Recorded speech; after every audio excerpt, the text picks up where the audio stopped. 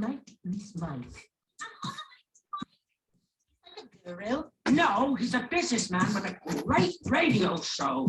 And he supports nonprofits.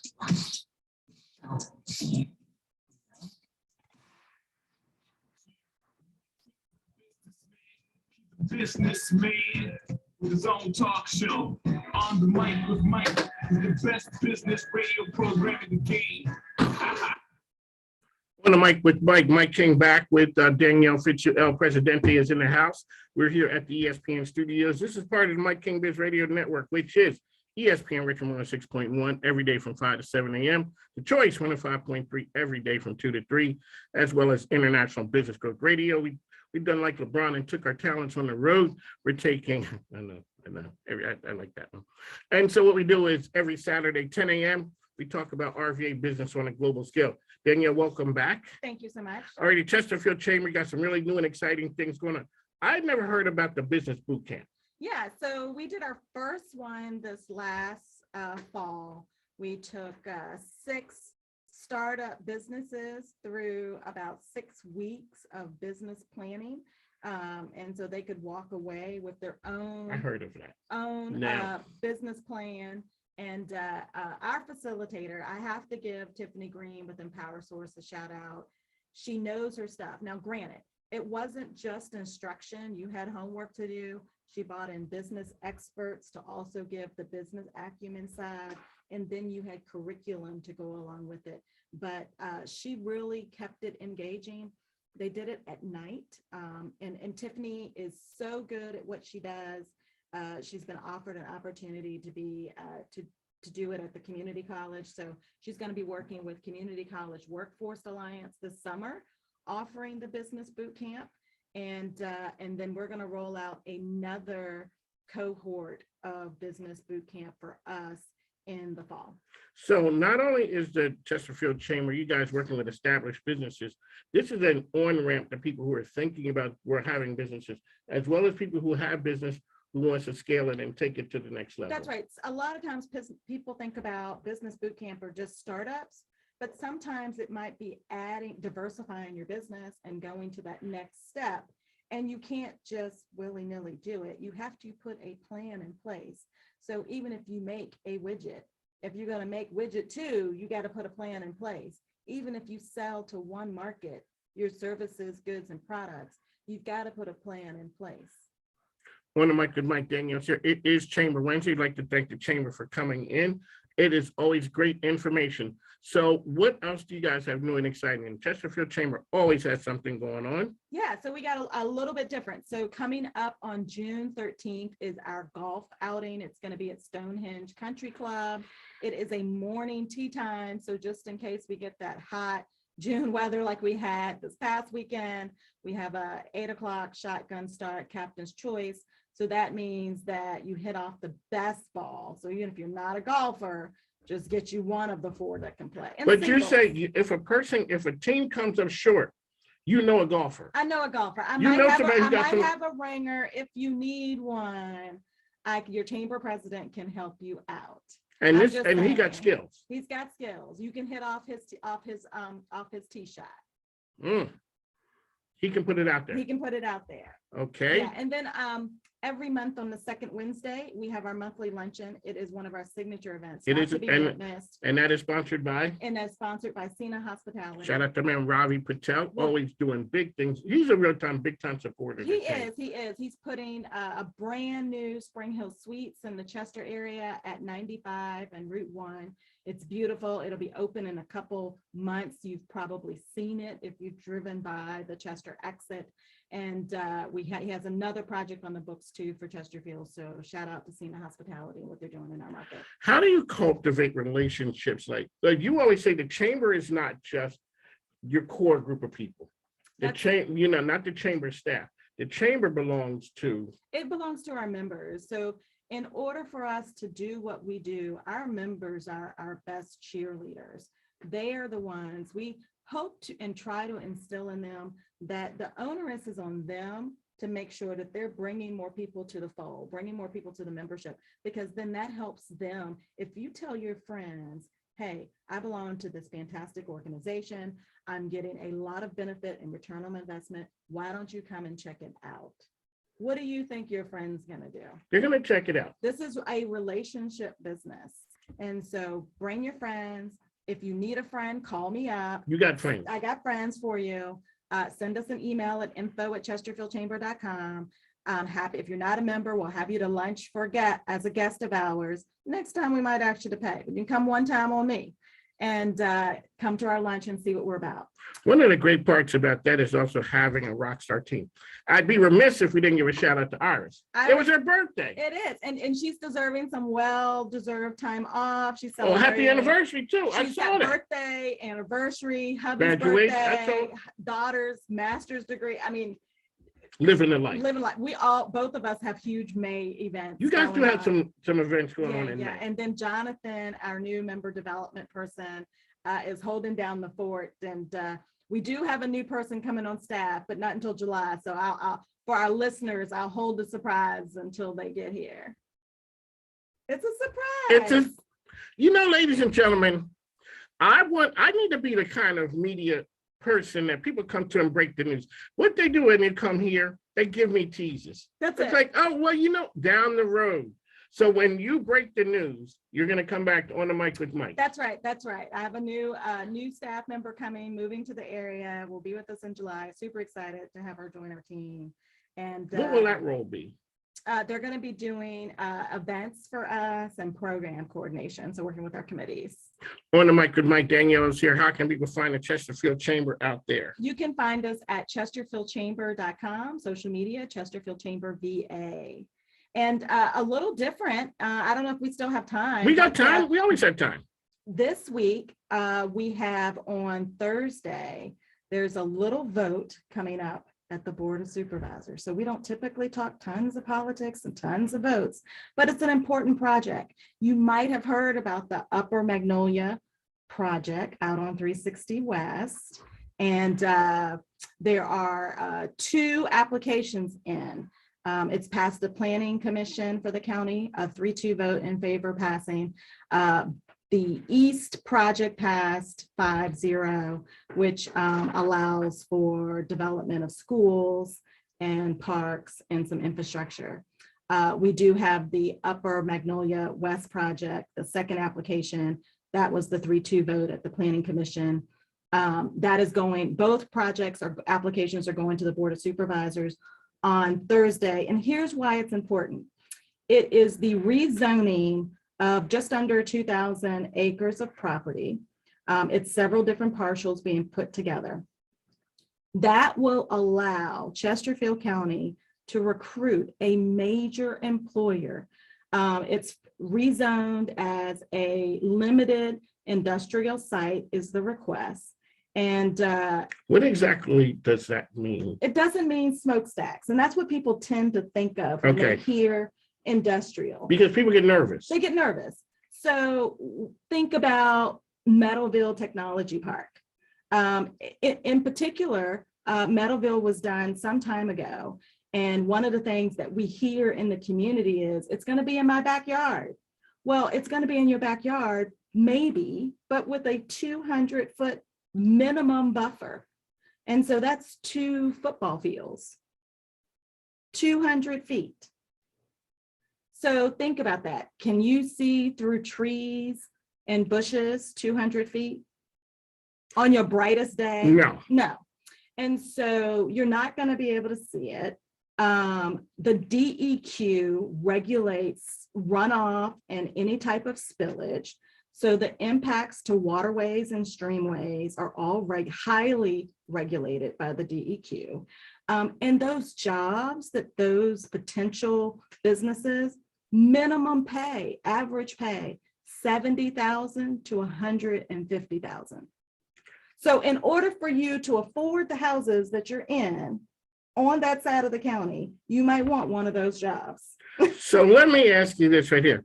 How does the chamber, like when does the president of the chamber get involved in this? I'm sure you get solicitations or invitations to join battles all the time. Yeah, so I will say, full disclosure, I do serve on the Economic Development Authority.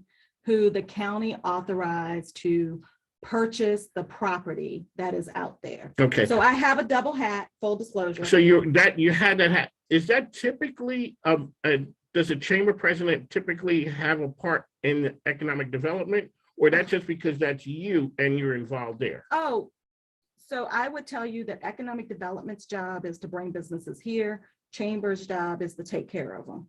So Okay, it is a two-headed sword. It takes us all in the game to make it work. But it's not about support.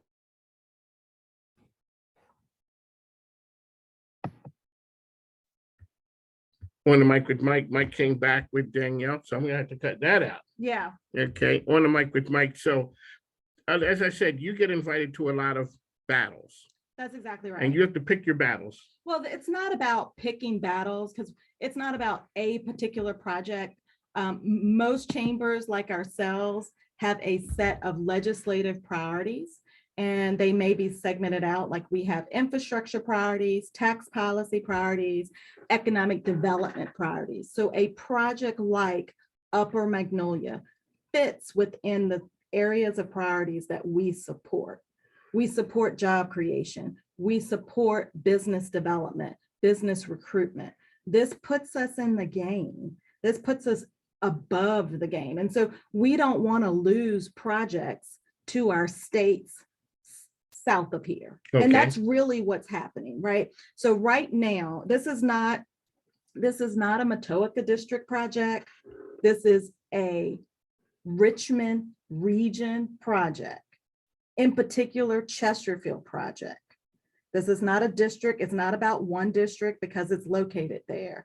This puts us in a game so a project doesn't go to North Carolina and South Carolina or Georgia or Alabama or Louisiana, because we are losing projects to those other states and they are getting the jobs.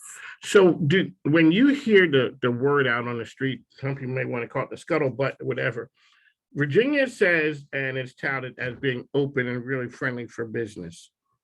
Is that the case when you talk to other states of what you see? We are open for business, but we've got other states competing against us and we don't have site-ready property. Okay, So we don't have property that is zoned in a way that a national or international company can come in and say, hey, I'm going to pick Virginia. Hey, I not only pick Virginia, but I'm going to pick Chesterfield. and so that means if they're not ready to come in and sit down at the moment, it's going to take some work to get done. That's right. So Getting ready to recruit them. that's exactly right. And guess what? North Carolina's already got it zoned. Georgia's already got it. Louisiana's already got it zoned. They're ready. Is that because forward-thinking leadership, or why would they have that and Virginia does not? And they do have, I will say some of the other states have some additional tax incentives, Mhm. additional money that they're throwing at it that Virginia doesn't always have, but we are doing everything we can. Virginia Economic Development Partnership. I mean, it's an all hands on deck projects that Virginia is competing against. It's not just a local Chesterfield projects it's not a 2-acre site. We're talking about a 2,000-acre site, of which probably only 600 would be developed Okay. for a project. So you're talking about you hear 2,000 acres and people's minds get blown. Right, that is true. All right, so on the mic, my mic is here with Danielle Fitzhugh, president of the Chesterfield Chamber. So now, part of the thing may be education because, as we stated, not in my backyard. Right. But like you said, if you say it's in your backyard, but you can't see it, and then those jobs pay something that you may be able to afford a house, now all of a sudden, I may look at things a little different. That's right. And I mean, you hear about the tax incentives, but guess what? That employee that's working at that job is also making a salary that they can go out and provide in the community. They can go out and support their families. Guess what, people? Costs are going up. We've got, and this week alone, Chesterfield by themselves is graduating nearly 5,000 high school seniors by themselves. That's just one county. And so wouldn't it be great that they have a job that they can come home to in Chesterfield? we can't do that unless we get projects like this done. Otherwise, your high school seniors are going to North and South Carolina. And we hear about brain drains in other places. You never think of it when you look at it from that standpoint about how you attract the best and brightest and keep talent at home. That's right. That's right. And so they may have, regardless of what their plans are next week after graduation, whether they're going to work, whether they're going to get additional training, whether they're going to additional education, at the end of the day, they're either going to work for someone or they're going to work for themselves. And so if they're going to work for someone, wouldn't it be great to have these fantastic employers paying a really good wage here in your locality where you've raised your family to be able to come home and work for? All right, Danielle is here with us. And so the vote is coming up. Thursday. And so call your supervisor. There are 5 of them. You can email all 5. There's also a public portal online that you can look up at chesterfield.gov, and you can just put in Upper Magnolia and you can let your comments be heard one way or the other. The supervisors are reading those public comments. And so feel free to let them know. But I would say it's 4,900 kids graduating in Chesterfield. That's a lot. That's a lot. Be great to have 4,900 new jobs. Yes, ma'am. So now I hate to be like the old man who's always talked about back in my day, but we've talked about the government affairs. We talked about this. Sometimes this isn't the sexiest topic going. It isn't. And but people eat you alive over it. That is true. But what happens is when you start looking at it saying 4,900 kids are going to graduate. Next year, there's going to be a bunch. The year after that, what are we going to do to be able to keep kids here and offer them a good living wage, an opportunity for investment? Like you said, 2 things are going to happen. They're going to open their own business or they're going to work for somebody else. That's right. And I do hear out in the community that, oh, well, couldn't we make it a place for small businesses or retailers to open up? And Hall Street West does have a lot of that, but the residential market creates the demand for small business, not economic development. The residential market of what you do and what your specialty is, you grow that business either into something that can be retail, and then you open up and there's plenty of retail space along the western side of the corridor. If you don't know where it is, call the chamber. I got commercial realtors that'll help you find it. Here's one of the things that, and this is on the mic with my Mike King, Danielle Fitzhugh is here. When I talked to Anthony Romanello and Jeff Conley, we talked about where the bills are paid. And for people who don't know, I come in, I see all the new shiny things that's in the West End. That's right. They're like, that's it. Okay, that's where the money is. That's where the money changes in. That's the economic driver. And they say, no. The bills are paid on the East End. That's right. So where is it? So if I would ask you in Chesterfield, so people would see the shiny stuff right there. Where is it that the driver for the economics happen in Chesterfield? Bills are paid on the East End, Route 1 corridor. It's that easy? It's that easy. And think about it. No, everyone loves a new school, right? We need new schools. We're a growing community. We want our children to go to schools that have all the necessary tools and are well equipped. If we want to be able to pay for them schools, we have got to have businesses. You can't pay for that new school building. And the East Project proposal is 3 new schools, a high school, middle, and elementary school.